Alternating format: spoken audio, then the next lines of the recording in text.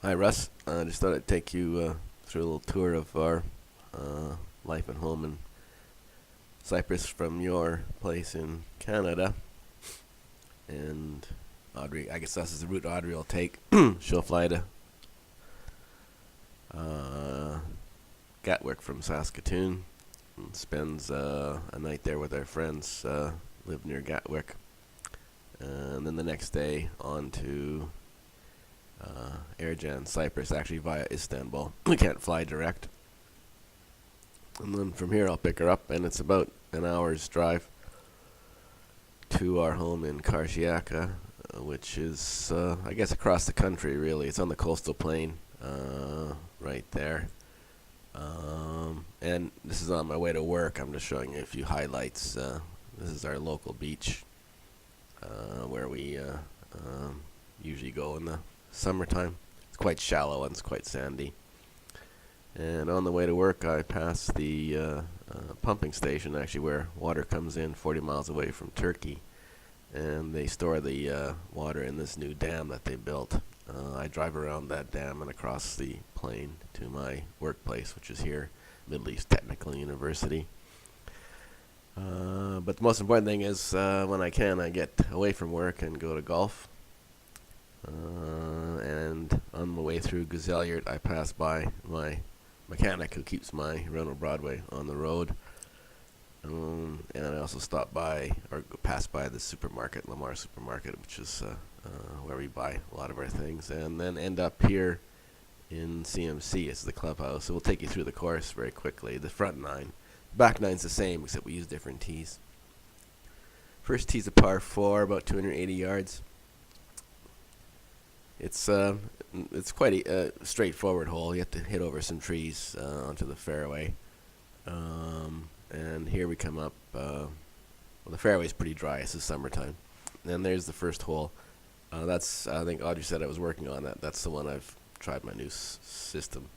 We'll see how it works. And from there we walk around over a little bridge, a little ravine into the second tee, which is a par 5. Again, not too difficult a hole, but if you keep it straight. But if you end up on the left, and you end up in the ravine, and on the right in some trees, and there's the brown there. We walk across the ravine. There's a bridge you can't see to the third tee, which is a par 4, a little dog leg left. This is fairly straightforward if you hit a good drive. And then we walk through the trees to a short par 3. It's about 115 yards.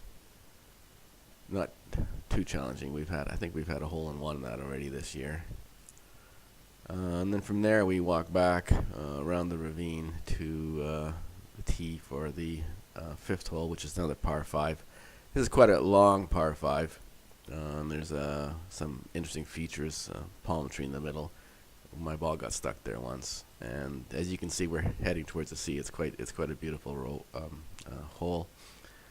Then we wander off to the hole 6, which is also known as the Tiger Woods hole because there's a brothel there. I guess to your left as you're viewing, but it's to your right when you're in the tee box. We hit along the river. We have to get over the ravine, so usually we lay up and put a second shot onto the brown, and hopefully part. Then this is the hole 7, which is a really pretty hole down the length of the coast here. Again, as long as you don't hook your ball, you're okay. The fairway is quite wide, and there's the hole there. It's our signature hole because it's actually got a palm tree right on the brown in the front. It's quite picturesque. Then we wander back to the 8th tee. Nice when you're teeing off in the wintertime, you can look behind your back and see Turkey and look towards the front, and you can see the Troodos Mountains. It's quite spectacular. Again, it's fairly straight fairway, not too much difficulty. And then the 9th hole is a short, well, it's quite a long par 3, but 170 yards. And it's a bit tricky because the fairway narrows as you get towards the brown. And that's pretty well it. Then we wander. Well, if it's a hot day, we go back to the clubhouse. 9 holes is enough, but if we want to play the back 9, we use the same browns but different tees.